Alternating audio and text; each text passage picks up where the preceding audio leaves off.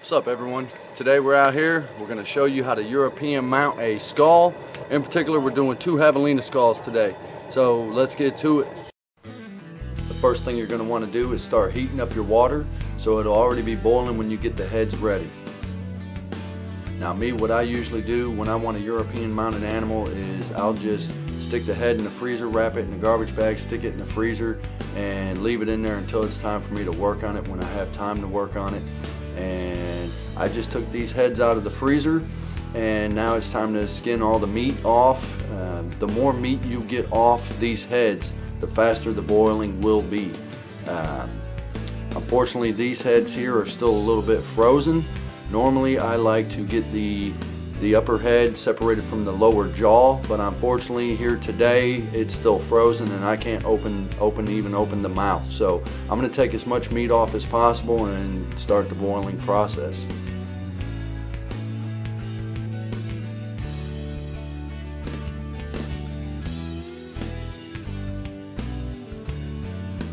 I do recommend a good sharp knife. I'm using a buck boning knife, which does the job really well at getting the meat off the face here.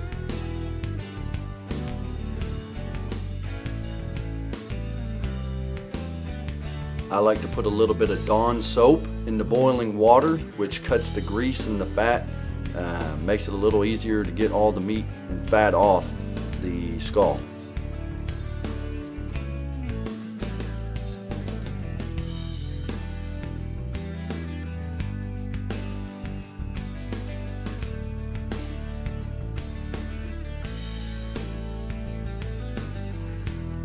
Once you have all the meat your knife can get off the skull, it's time to go ahead and drop them in and let them boil. I usually like to let them boil for about 30 minutes.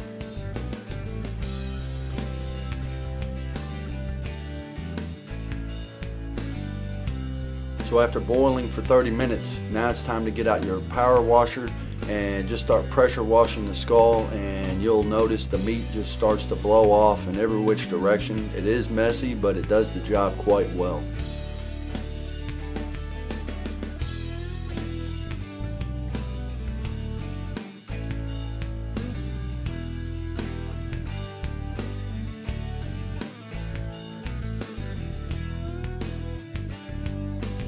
In my case here, I didn't get all the meat off on the first boil and the pressure wash, so I'm going to go ahead and boil them again for 30 more minutes and just get all the rest of that inside brains and everything else out.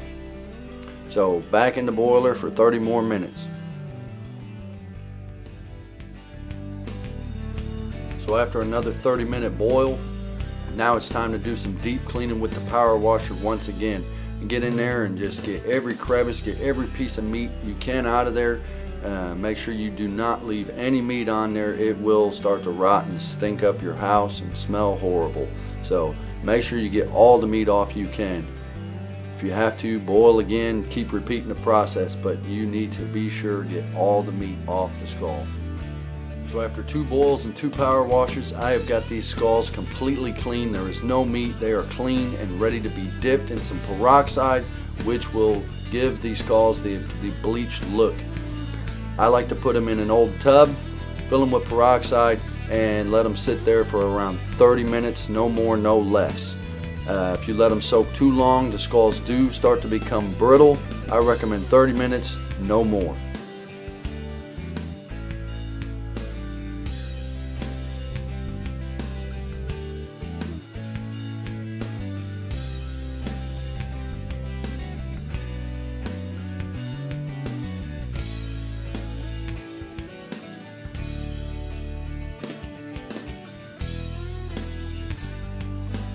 One thing to be extra careful with, if you are doing an antlered animal, you do not want to get any peroxide on the horns or antlers. Be sure you do not do that. It will bleach the antlers as well. In this case, we're just doing skulls, so it doesn't matter. We're just dipping the whole skull in.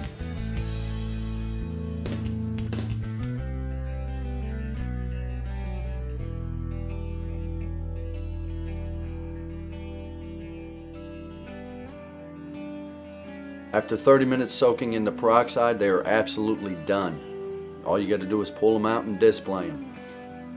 It is optional if you want to add a little bit of shine to them. I'd recommend a little Mop and Glow, which will give them just a little bit of shine and help keep the dust off them if you're going to display them in your house.